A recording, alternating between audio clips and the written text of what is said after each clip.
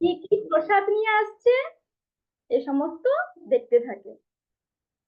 আর ঝুড়ি ঝুড়ি কৃপা নিয়ে অপেক্ষা করে, যাকেই দেখবে ভক্তের উপর ঝুড়ি নিয়ে একদম কৃপা বর্ষণ করবে। তো আমরা সেই জগন্নাথ দেবকে, আচ্ছা জগন্নাথ দেব তো আমাদেরকে এত কৃপা করছে, হুম, তো আমরা সেই জগন্নাথ দেবকে কিভাবে প্রসন্ন করতে পারি, একটু ট্রাই করতে পারি না? যে জগন্নাথ দেব কিভাবে প্রসন্ন হন, কে বলবে জগন্নাথ দেব কিসে প্রসন্ন হতে পারেন? কে বলবে, বলো বলো। Easy question. হ্যাঁ, ঈশিকা হ্যান্ড রেজ করে হওয়ার প্রথমে। বলো ঈশিকা, কিভাবে প্রসন্ন হতে পারে? हरे कृष्ण माताजी, धन्यवाद प्रणाम माताजी। जगन्नाथ देव के ना कांठल प्रिय तो कांठल दिले। একদম। একটা ঈশিকা বললো, আর কেউ বলবে? আর কি অপশন হতে পারে?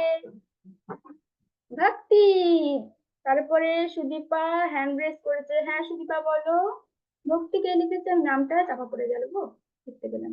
ওকে, সুদীপা হ্যান্ড রেজ করছে, কিছু বলবে? হ্যাঁ তুমি বলো, কিভাবে প্রশ্ন করতে পারি আমরা জগন্নাথ দেবকে? ভক্তিতে। ভক্তিতে। হ্যারি বল। একদম। তো আজকে আমরা একটা সুন্দর কাহিনী শুনবো, যে একজন ভক্ত জগন্নাথ দেবকে প্রসন্ন হেতু কি দান করেছিলেন, বা কি উপহার দিয়েছিল বলা যেতে পারে, দান নয় ঠিক, আমরা ভগবান কি দিতে পারি তাই না, ভগবানের সব আছে। তো সেই ভক্তটি ভগবানকে কি দিয়েছিল আমরা লাস্টে জানবো। তো ফার্স্টের দিকে আমরা একটু বিশেষ বিশেষ কিছু আহ গুরুত্বপূর্ণ পয়েন্ট নিয়ে আলোচনা করবো আজকে, যে জগন্নাথ দেবের ধাম সম্পর্কে, যে শ্রীক্ষেত্র পুরী ধাম। তো এই এই- এই যে ক্ষেত্র শ্রীক্ষেত্র, এই শ্রীক্ষেত্র সম্বন্ধে আমরা আজকে বিশেষ কয়েকটা পয়েন্ট, বিশেষ করে 4-5টা অন্তত হোক গুরুত্বপূর্ণ পয়েন্ট আমরা বলবো। তো আচ্ছা বলো তো, বৈষ্ণবদের বিশেষভাবে 4টে স্থানে যেতে বলা হয়, সে 4টি স্থান কি কি, মানে 4 ধাম। 4 ধাম বলে না, 4 ধাম যাত্রা, কে কে শুনেছো? 4 ধাম যাত্রা বলে, কে কে শুনেছো বলো দেখি। কে কে শুনেছো 4 ধাম? এই যে 4টে ধাম, হ্যাঁ নীলাদ্রি শুনেছে বলছে। তো এই 4 ধাম কি কি বলো তো, তুমি বলতে পারবে? ইশিকার মাথায় আসছে একটু একটু। ওকে ঠিক আছে, একটা নোট নিয়ে নাও, আমি বলি। ওকে, প্রথম হচ্ছে বদ্রীনাথ ধাম। 4 ধামের প্রথম হচ্ছে বদ্রীনাথ। তোমরা সবাই পয়েন্ট করে করে লিখতে পারো, যে প্রথমটা হচ্ছে বদ্রীনাথ, দ্বিতীয়টা হচ্ছে আমাদের শ্রীক্ষেত্র পুরী ধাম মানে জগন্নাথ ধাম, তৃতীয় হচ্ছে দ্বারকা, দ্বারকা ধাম।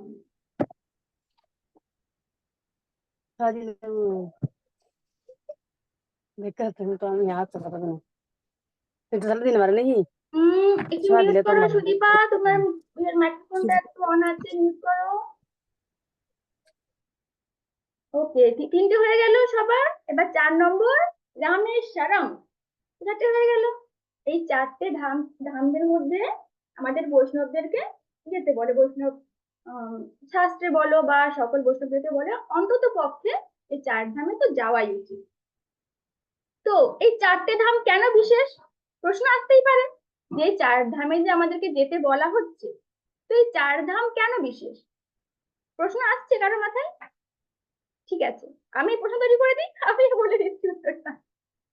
তো তোমাদের বয়সে থাকতে আমার সাথে কিচ্ছু ঢুকতো না, প্রশ্ন তো দূরের কথা।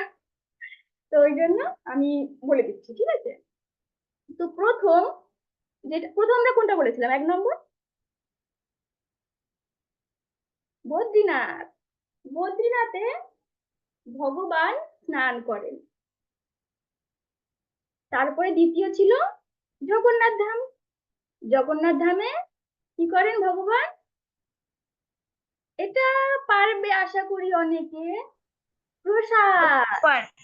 হ্যাঁ, হ্যারি বল। সেখানে প্রসাদ পান। দ্বারকা, দ্বারকাতে কি করেন, কে বলতে পারে বল? দ্বারকা। আর 4 নম্বর রয়েছে রামেশ্বরম। দ্বারকাতে কি করে? হ্যান্ড রেজ করেছে ঈশিকা, বলো দ্বারকাতে কি করে? हरे कृष्ण माताजी। মাতাজি হুম, দ্বারকাতে শৃঙ্গার হয় ভগবানজির। Very good. আর 4 নম্বর রামেশ্বরম। বিশ্রাম করে।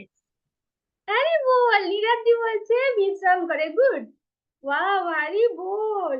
মাঝে মাঝে তো আমার ইচ্ছে করে তোমাদের সকলকে এক জায়গায় নিয়ে না আমি একটা বড় করে বসে বসে আয়োজন করি। কেন বলো তো? বলতে পারবে কেন?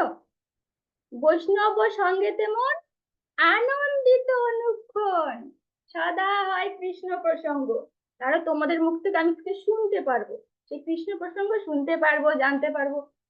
তো ওই জন্য ইচ্ছা আছে, দেখা যাক কৃষ্ণ কি করে। কখন এরকম একটা ট্যুরের আয়োজন হয়, সেদিন তো বলছিল না দীনবর প্রভু যারা ট্যুরের আয়োজন করবে। তো যদি কৃষ্ণ কৃপা করে খুব শীঘ্রই হবে সেটা। তো এভাবে। আচ্ছা, এর মধ্যে মনে পড়লো, তোমরা একটা খবর শুনবে?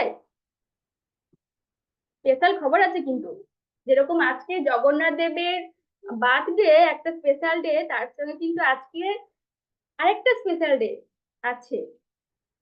এটা যদিও খুব বড় কিছু নয়, মানে বড় নয় বলতে আধ্যাত্মিক করতে কোনো কিছু বড় নয়, তবে আমাদের যারা কিড ক্লাসে রয়েছে বা আমাদের সঙ্গে আম, গরিব আসর গ্রুপে রয়েছে তাদের জন্য স্পেশাল।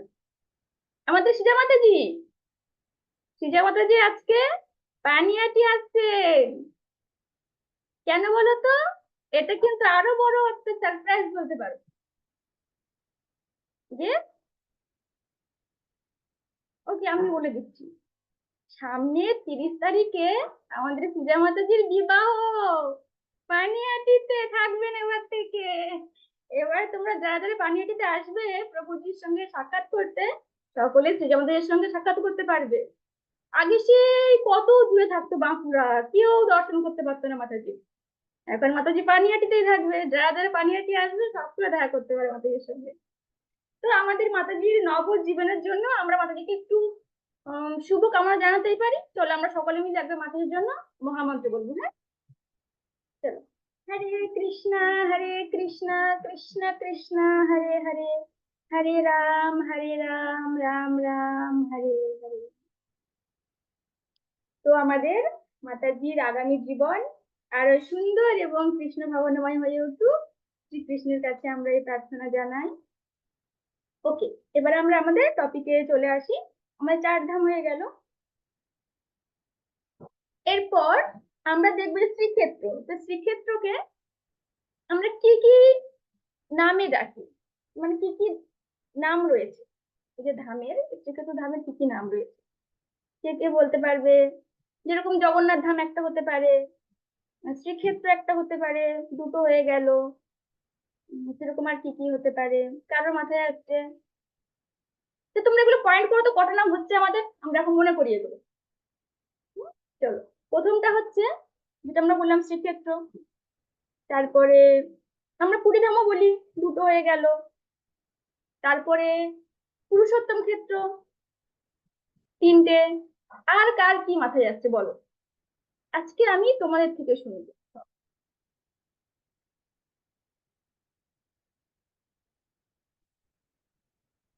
চলো, আর কারোর মাথায় কিছু আসছে?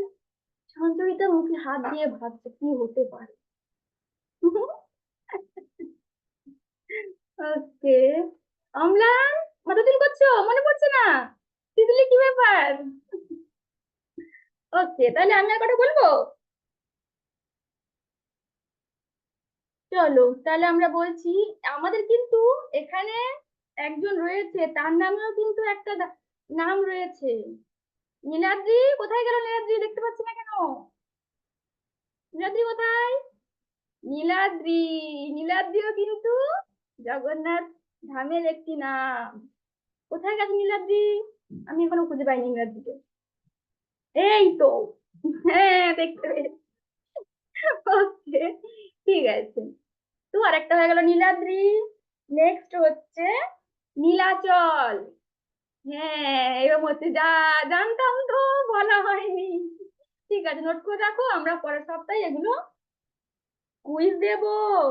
ঠিক আছে, এগুলো আসতে পারে যেখান থেকে, সেখান থেকে যে কোনো প্রশ্ন আসতে পারে। চলো, তাহলে আরেকটা হচ্ছে নীলাচল। নেক্সট, জবনিকা তীর্থ। একটু উদ্ভট নাম না, তাই না? চলো কোই বাত নেই, নাম তো নাম, যবনিকা তীর্থ। হলো? নোট হয়েছে? ঠিক আছে, যদি নোট না হয় আমাকে বলবে, আমি তোমাদের পুনরায় বলবো। এরপরে একটা খুব সুন্দর নাম রয়েছে, যেরকম কাশ্মীরকে বলা হয় ভূস্বর্গ, সেরকম শ্রীক্ষেত্রকেও কিন্তু ভূস্বর্গ বলা হয়, মানে পৃথিবীর মধ্যে একটা স্বর্গ, ভূস্বর্গ। হয়ে গেল। এরপরে হচ্ছে মর্ত বৈকুণ্ঠ, মানে পৃথিবীতেই একটি বৈকুণ্ঠ, মর্ত বৈকুণ্ঠ। তারপরে নেক্সট নীলগিরি, নীলগিরি পর্বত রয়েছে না ওখানে, সেই জন্য সেই স্থানের নাম রাখতে কিন্তু নীলগিরি বলা হয়, নীলগিরি। নেক্সট নরসিংহ ক্ষেত্র, নরসিংহ ক্ষেত্র কেন বলা হচ্ছে আমরা এটা নিয়ে একটু আলোচনা করব আশা করছি। নরসিংহ ক্ষেত্র, আর একটা হচ্ছে শঙ্খ ক্ষেত্র। তো মোটামুটি সব হয়ে গেছে। তো কটা হলো পয়েন্ট, নাম আমরা কটা করলাম এখন? গুনে বলো। মাতাজি বলো।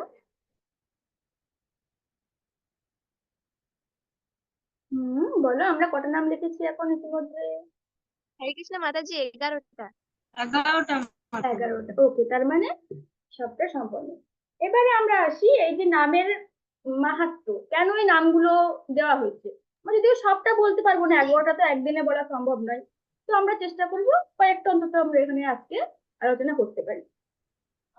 ও আচ্ছা, আমরা কি পুরুষোত্তম ক্ষেত্র বলেছিলাম?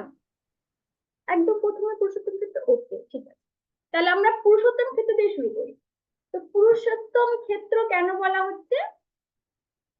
যেহেতু ভগবান পূর্ণ পুরুষোত্তম, তার নামে ওই ধামের নাম রাখা হয়েছে পুরুষোত্তম ক্ষেত্র। তবে এখানে একটা বিষয় নোট করার, সেটা হচ্ছে যদিও ভগবান পূর্ণ পুরুষোত্তম, তার আজ্ঞায় সমস্ত জড়জগৎ চালিত হচ্ছে, কিন্তু এই যে পুরুষোত্তম ক্ষেত্র, এখানে কিন্তু ভগবানের কোনো কথা চলে না। এখানে কার ছড়ি চলে বলো তো? এখানে কার ছড়ি চলে? লক্ষ্মী দেবী, একদম। এখানে জগন্নাথ দেবী পড়ে বাবা, লক্ষ্মী দেবীর কাছে আমি এখানে নেই, যেটা লক্ষ্মী দেবী বলবে সেটাই হবে। তো এই হচ্ছে পুরুষোত্তম ক্ষেত্র, ভগবানের নামে নাম দেওয়া হয়েছে। এরপর আমরা হচ্ছে বললাম ওখানে নীলগিরি পর্বত রয়েছে, তাই সেখানে আহ নীলগিরি নাম রয়েছে। ভূস্বর্গ, সুন্দর, স্বর্গের মধ্যে সুন্দর হওয়ার কারণে ভূস্বর্গ, এরকম বিভিন্ন নাম রয়েছে। তারপরে যেরকম শঙ্খক্ষেত্র, শঙ্খক্ষেত্র যে নামটা দেওয়া হয়েছে তারও একটা সুন্দর কারণ রয়েছে। যেরকম আমাদের পৃথিবীতে দেখবে, পৃথিবীর বিভিন্ন দেশ হয়, তার মানচিত্র হয়। আমাদের ইন্ডিয়ার ম্যাপ রয়েছে, তার একটা সুন্দর মানচিত্র রয়েছে। সেরকম যে উড়িষ্যা, উড়িষ্যা বা আমাদের শ্রীক্ষেত্র পুরীধাম, তারও একটা মানচিত্র রয়েছে। কিরকম মানচিত্র বলতো? শঙ্খের আকার। তো এই শঙ্খের আকার হওয়ার কারণে এখানে নাম হয়েছে শঙ্খক্ষেত্র। যেরকম পুরীধাম, মানে অ্যাকচুয়ালি তো পুরীধাম তো কোথায়, উড়িষ্যার মধ্যে রয়েছে। তো উড়িষ্যাকে 4টি ক্ষেত্রে ভাগ করা হয়েছে। 4টি ক্ষেত্রে, 4টি ক্ষেত্রের মধ্যে যেখানে হচ্ছে পুরীধাম, পুরীধাম তো একটা উড়িষ্যার রাজধানী হচ্ছে পুরী। তো ওই রাজধানীর ম্যাপটা কিরকম? শঙ্খের আকারে। তো ওই জন্য ওই পুরীধামকেই বলা হয় শঙ্খক্ষেত্র। এরপরে যেটা ভুবনেশ্বর, তুমি নাম শুনেছো না ভুবনেশ্বর? ওই ভুবনেশ্বরকে বলা হয় চক্রক্ষেত্র। মানে চক্রের ওই যে ম্যাপ, ওই ভুবনেশ্বরের ম্যাপটা হচ্ছে চক্রের মতো।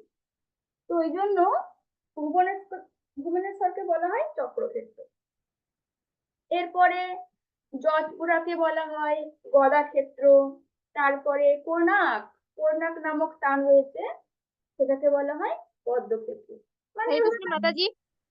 হ্যাঁ বলো। আরেকবার বলুন না, কোনটাকে গদাক্ষেত্র বললেন? জজপুরা নামক একটি স্থান রয়েছে, সেই স্থানকে বলা হয় গদাক্ষেত্র। হুম, তারপরে আর মাতাজি চক্রক্ষেত্র কোনটাকে বললেন? চক্রক্ষেত্র ভুবনেশ্বর। আচ্ছা। হুম, তারপরে 4 নম্বর হচ্ছে কোণার্ক। কোণার্ক যে স্থান, সেটাকে বলা হয় পদ্মক্ষেত্র। মানে আমরা মোটামুটি দেখলাম ভগবানের যে চারি হস্তে যেই আহ বস্তুও তিনি ধারণ করেন, শঙ্খ চক্র গদা পদ্ম, এই 4টি নামে সুন্দর সুন্দর স্থান রয়েছে। সেই সিম্বলে কিন্তু সেই স্থানগুলো। তো এই কারণেই ওখানে যে পুরী ধামকে শঙ্খক্ষেত্র বলা হয়, যেহেতু শঙ্খের আকারে সেটা। এরপর আমরা একটা বললাম কি, ওই পুরী ধামকে বলা হয় নরসিংহ ক্ষেত্র। কেন বলা হচ্ছে নরসিংহ ক্ষেত্র? নরসিংহ ক্ষেত্র বলার কারণ হচ্ছে, যখন আমরা ভগবানের আবির্ভাব যে লীলা, প্রভুজি বলছিলেন না 2 সপ্তাহ আগে, যে ভগবান কিভাবে আবির্ভাব হয়েছিল, ইন্দ্রদুম্ন রাজা যজ্ঞের মাধ্যমে যজ্ঞ করেছিলেন বিভিন্ন, আমরা শুনেছি না কাহিনী, যে কিভাবে তিনি ভগবানকে এনেছিলেন। আমরা এই কাহিনীগুলো সবাই শুনেছি। তো যখন তিনি ভগবানকে প্রসন্ন করেছিলেন যে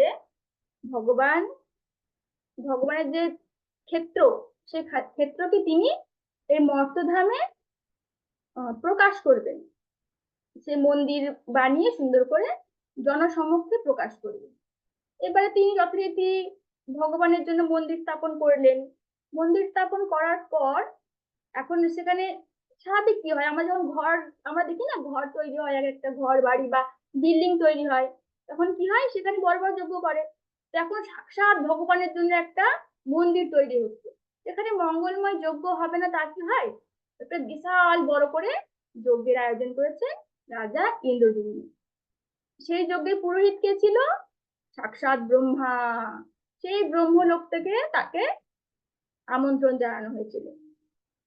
তো সেই ব্রহ্মা যখন যজ্ঞ করছেন, আর ইন্দ্রদ্যুম্ন রাজা সেই যজ্ঞে আহুতি প্রদান করছে, সেই যজ্ঞ থেকে সাক্ষাৎ প্রকট হলেন নরসিংহদেব। এবার নরসিংহদেবের সেই মূর্তি কিরকম ছিল? উগ্র মূর্তি।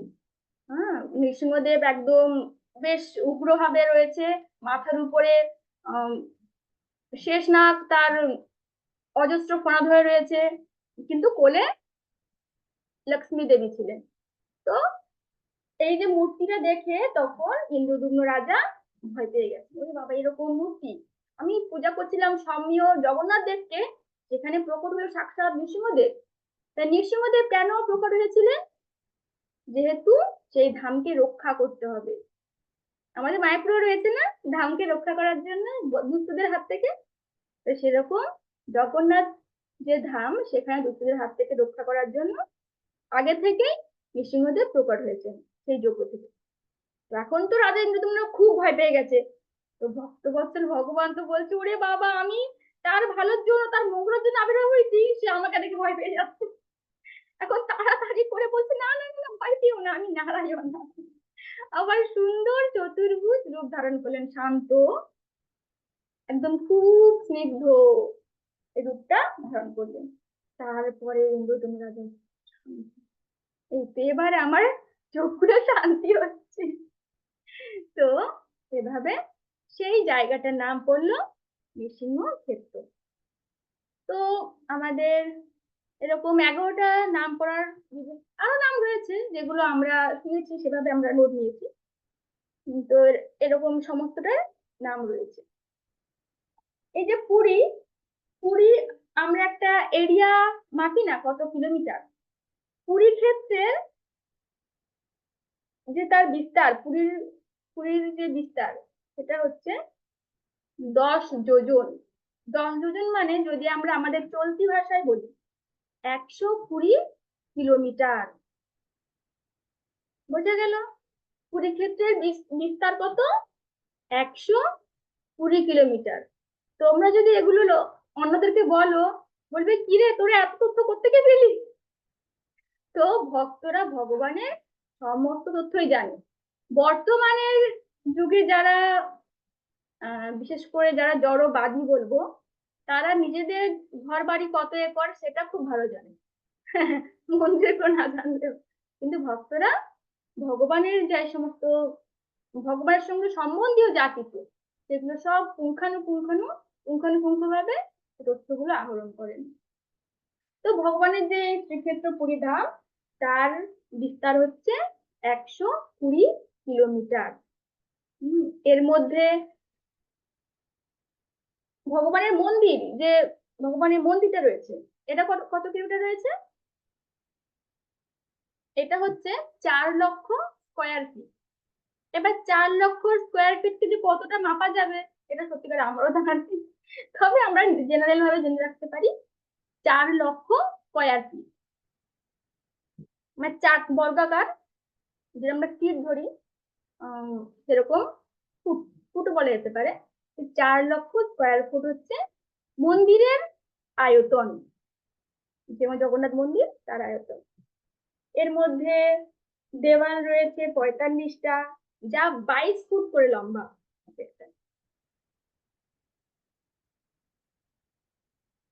22 ফুট মানে লম্বা যদি আমরা ধরি কতটা হতে পারে? আমি শুনেছিলাম যে আমার তাজমহল যে যার ওনার ওইটার যেটা যতটা হাইট, প্রায় সম হাইটের হবে।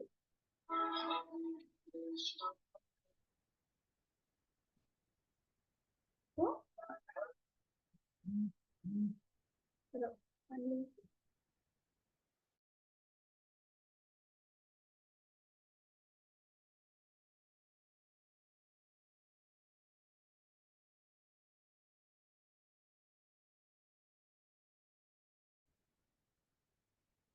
তো এই যে রাজা এবং জয়সিংহ দেব রাজা এবং তার পত্নী চন্দ্রাবতী দেবী, তাদের কোনো সন্ততি কিন্তু তখনো পর্যন্ত ছিল না। তো তারা প্রার্থনা জানাতেন ভগবানের কাছে যে তাদের গৃহে যেন ভক্ত সন্তান জন্মগ্রহণ করে। তো এবারে দৈবের লিখন, সেরকম তখনো পর্যন্ত তাদের সন্তান সন্ততি হয়নি। তো একদিন ভগবানের বিশেষ করুণায় তারা জগন্নাথ দেবের সম্বন্ধে জানতে পারে যে শ্রীক্ষেত্র পুরীধামে ভগবান রয়েছেন, তিনি ভক্ত বাঞ্ছা পূরণকারী। তো বিশেষভাবে বিভিন্ন রকম ভাবে ওখানে আলাপ হয় যে ভগবান এরকম। আর আমি বিস্তারিত বলছি না কাহিনীটা, আমরা একটু সংক্ষেপে শেষ করবো। তো জানার পরে তিনি তখন সেই যে মাতা ছিলেন, কি নাম, পদ্মাবতী দেবী, সেই মাতা, তিনি জগন্নাথ দেবের কাছে আকুল হয়ে প্রার্থনা করছিলেন যে হে জগন্নাথ দেব,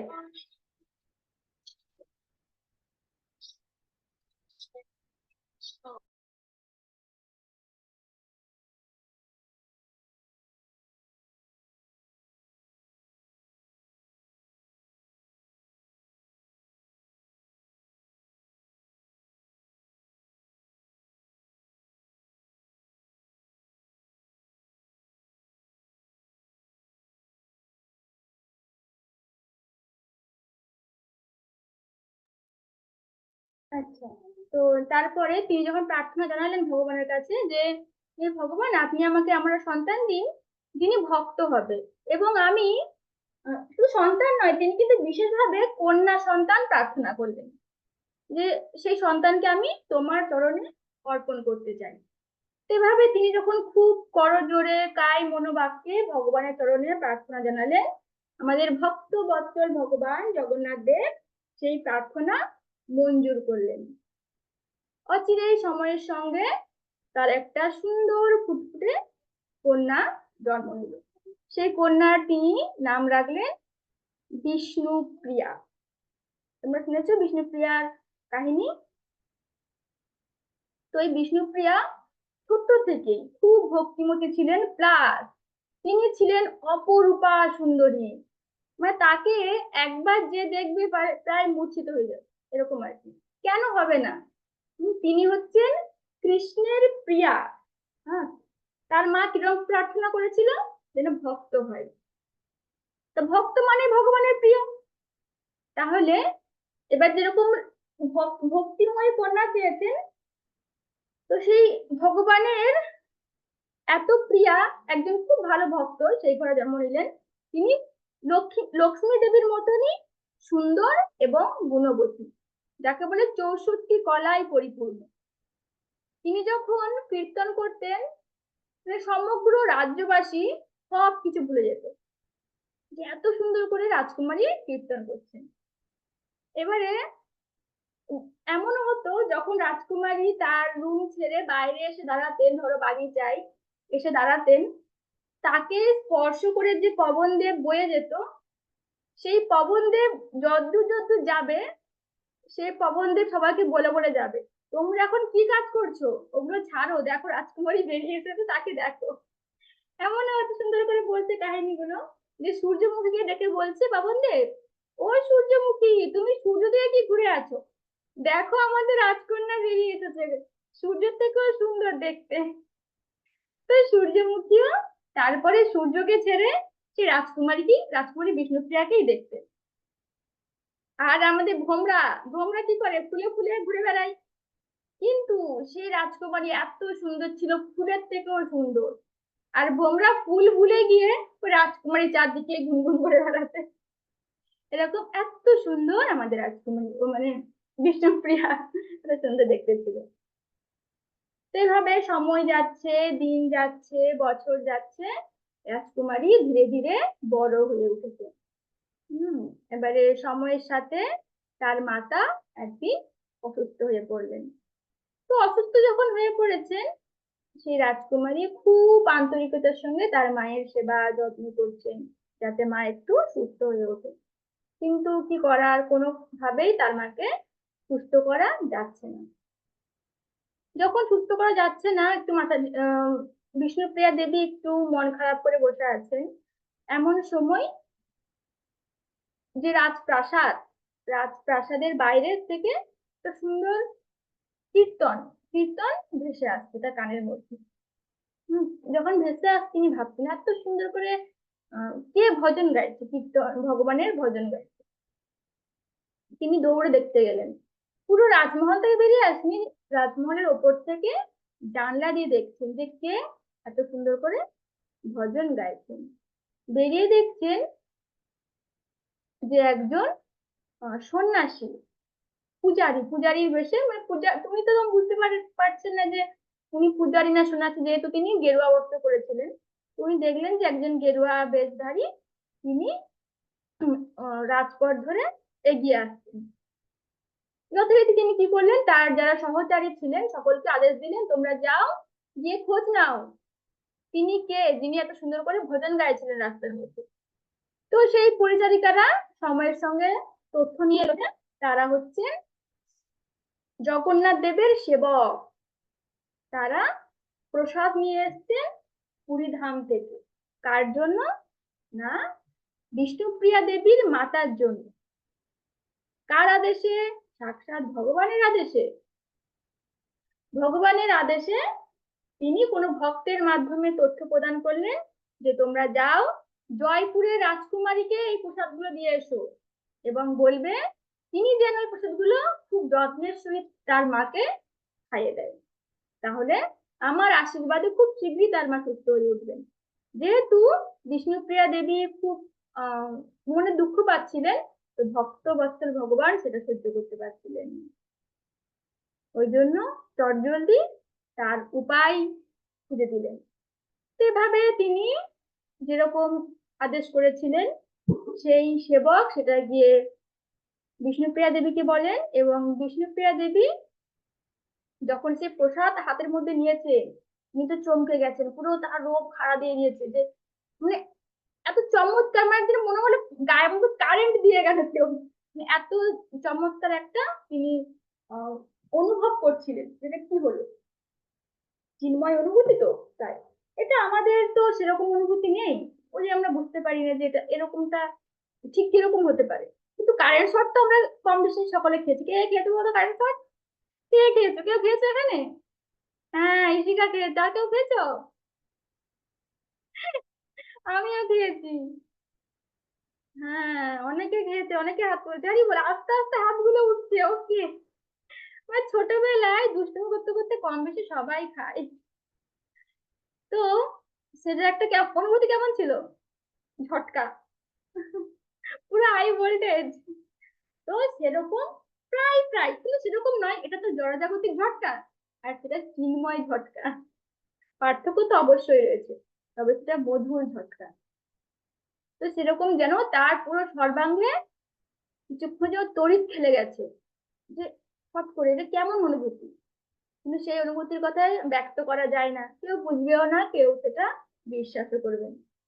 তাও তিনি যথারীতি সেই প্রসাদ নিয়ে তার মাকে দিলেন। তার মায়েরও সে একই অনুভূতি। যখন প্রসাদগুলো পেলেন, তিনি ছট করে মানে একটা বেশ আহ, অন্যরকম অনুভূতি তিনি প্রাপ্ত হলেন। তারপরে প্রসাদগুলো পেয়ে ধীরে ধীরে কিছুক্ষণের মধ্যেই তার মাতা সুস্থ হয়ে উঠলেন। এরপর সকলে খুব খুশি যে সাক্ষাৎ ভগবান করুণা করে প্রসাদ পাঠিয়েছিলেন, এবং সেই প্রসাদে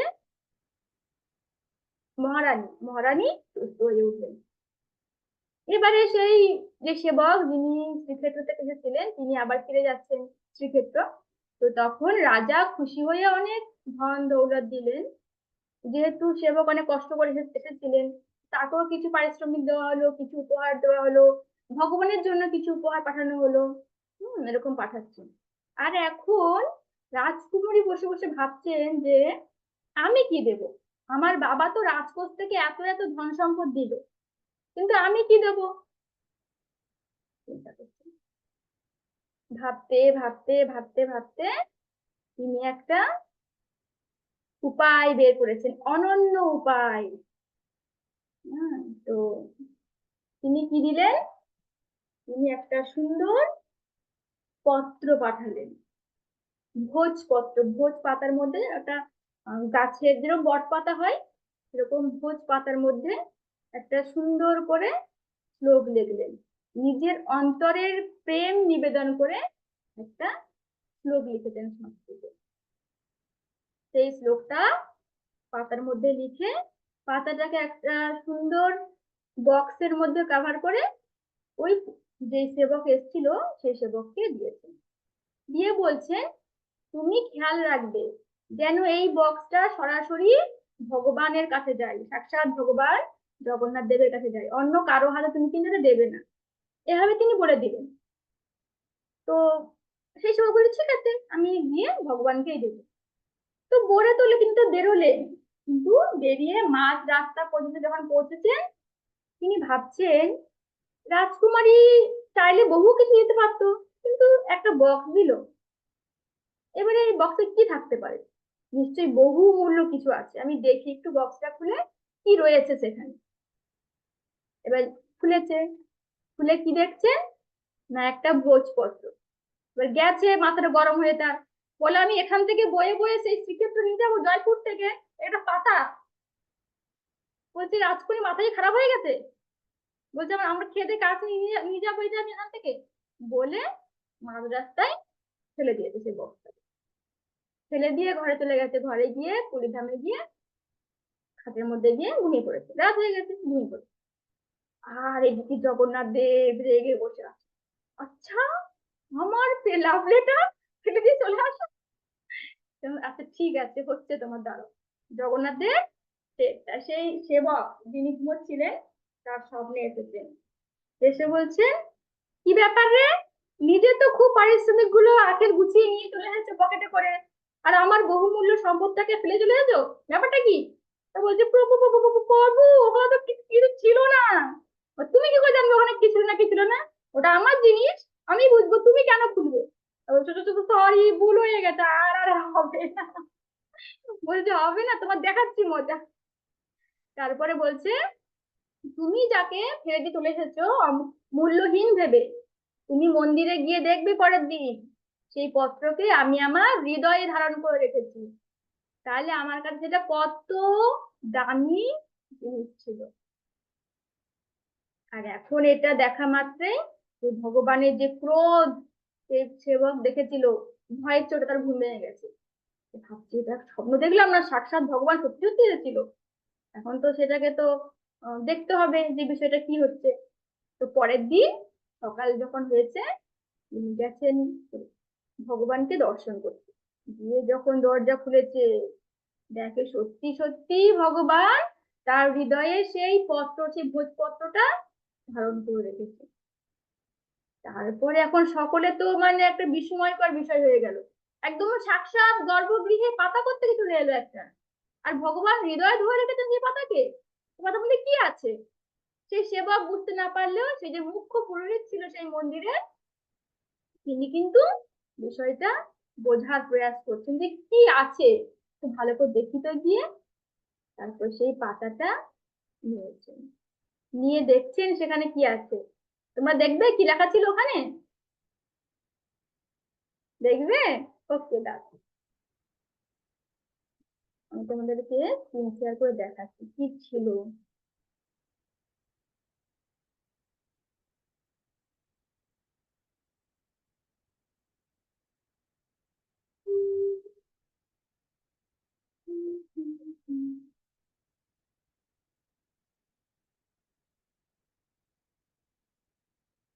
এই যে তোমরা দেখতে পাচ্ছ,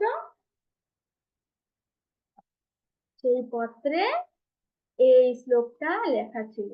তোমরা চট করে তুলে নাও তো এই যে লেখাটা, তারপরে আমরা এটা নিয়ে বলছি। এক ভক্তের হৃদয় উজাড় করা প্রেম ভগবানের জন্য তিনি পাঠালেন এই 4টে লাইনের মাধ্যমে। তো তিনি কি এমন লিখছিলেন ওই পাতায়, যেটা ভগবান হৃদয় ধারণ করেছে, আমরা এই লেখা দেখে বুঝতে পারবো। দেখো, এখানে লেখা রয়েছে, এটা সংস্কৃত বলে হয়তো একটু কঠিন হতে পারে, কিন্তু আমরা এটা সংস্কৃতের মতো করে পড়বো না, একদম সাদা বাংলায় পড়বো। বাংলায় পড়বো আর বুঝবো, তারা কিন্তু খুব ভালো লাগে পড়তে। যেরকম আমি ছিলাম ছোটবেলায়, সংস্কৃত বললেই একদম 100 পা দূরে ওখান থেকে। তো সেরকমটা করে পড়বো না আমরা, একদম বাংলা করে। দেখো, প্রথমে লেখা আছে, রত্নাঙ্কর, রত্নাকর তব, তব গৃহ। রত্নাকর বলতে রত্না, রত্নযুক্ত আকর। হ্যাঁ, আমাদের বাংলা যারা মোটামুটি একটু 6-7 উঠেছে, তোমরা তোমরা জানবে আকর মানে হচ্ছে সাগর।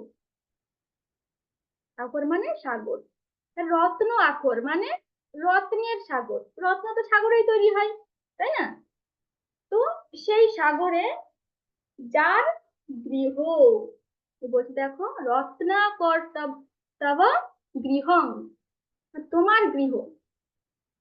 সেই গৃহের গৃহিণীকে দেখো বলছে, গৃহিণো চ লক্ষ্মী, তোমার গৃহিণীকে সাক্ষাৎ যিনি ধন দান করেন, লক্ষ্মী দেবী। কিং দেও মস্তি, কিং আমি কি দেব, দেও মানে দেব, আমি তোমায় কি দেব। ভবে, ভবতে পুরুষোত্তমায়, বলছে তুমি যে, এই যে আমার বাবা তোমাকে এত এত ধনরত্ন দিল, সেই ধনরত্ন সবই তো তোমার, তুমি যেখানে শুয়ে থাকো সেই সাগরেই উৎপন্ন হয়। এমনকি যে ধনগুলো পৃথিবীতে লক্ষ্মী দেবী দেয়, সেই লক্ষ্মী দেবী তোমার গৃহিণী। তাহলে আমি তোমাকে কি দিতে পারি হে পুরুষোত্তম? এই যে বলছে, ভাবাতে পুরুষোত্তমায়ু। এরপরে দেখো বলছে, তিনি চিন্তা করলেন কি দেবে। তাহলে ধন রত্ন দিয়ে তো ভগবানকে প্রসন্ন করা যাবে না। যে জিনিসটা আমাদের কাছে রয়েছে অলরেডি খুব পরিমাণে, সেটা কেউ যদি আমাদেরকে দেয়, আমাদের ভালো লাগবে? লাগবে না। তাহলে কি এমন জিনিস হতে পারে যেটা ভগবানের কাছে নেই? তাহলে সেটাই যেতে হবে, তাই না? যদি আমাদেরকে কেউ উপহার দেয়, আমাদেরকে কোন উপহার দিলে ভালো লাগবে যেটা আমাদের কাছে নেই? তো তিনি চিন্তা করলেন যে ভগবানকে আমি কি দিতে পারি। এরপরে দেখো তিনি এখানে বলছেন, আবির গোপ ললনা বৃত মনসায়।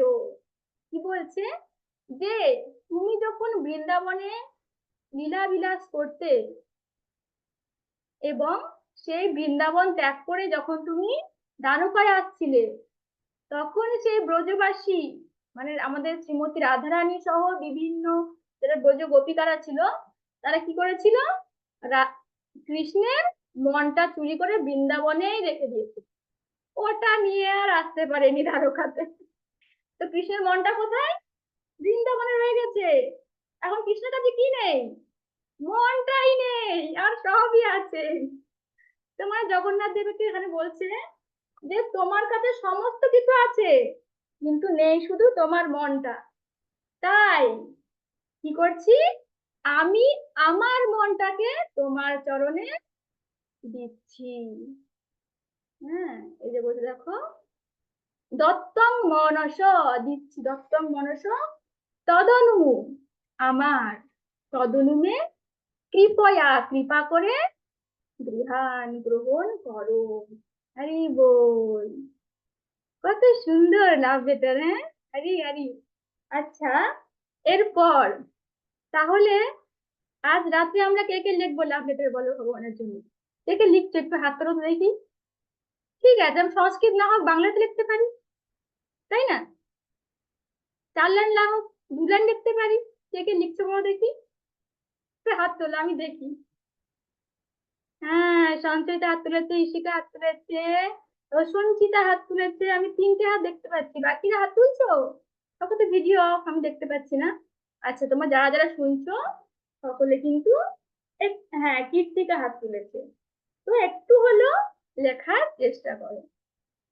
বিষ্ণুপ্রিয়া দেবী তিনি সংস্কৃতে লিখেছেন, লিখে তার হৃদয়ের মনের ভাব প্রকাশ করেছেন, ভগবানের চরণে অফার করেছেন। আমরা আমাদের যে ভাষায় আমরা কমফোর্টেবল আমরা সেই ভাষাতে লিখবো। যে ইংলিশে পারবে সে ইংলিশে লিখবে, যে হিন্দিতে হয় হিন্দিতে লিখবে, যে বাংলাতে সে বাংলাতেই লিখবে, কোনো অসুবিধা নেই। ভগবান সব ভাষা করতে পারে, শুধু সেই লেখার যে ভাব, ভগবান সেই ভাবটা গ্রহণ করবেন। তাহলে আজকের কিন্তু হোমওয়ার্ক বলবো না, ঠিক, এটা আমাদের প্রেম, আমরা ভগবানকে অফার করবো। এটা আমরা সকলেই রাত্রের মধ্যে চেষ্টা করব। আজকে যেহেতু ভগবানের বার্থডে, তো আজকের বার্থডে স্পেশাল গিফট ভগবানের জন্য, ভগবানের শ্রীচরণে আমাদের নিবেদন। ওকে, তো আজকে আমরা এই নিবেদনের সঙ্গে আজকে আমাদের ক্লাস সম্পন্ন করছি। তোমার যদি কোনো প্রশ্ন থাকে তোমরা করতে পারো।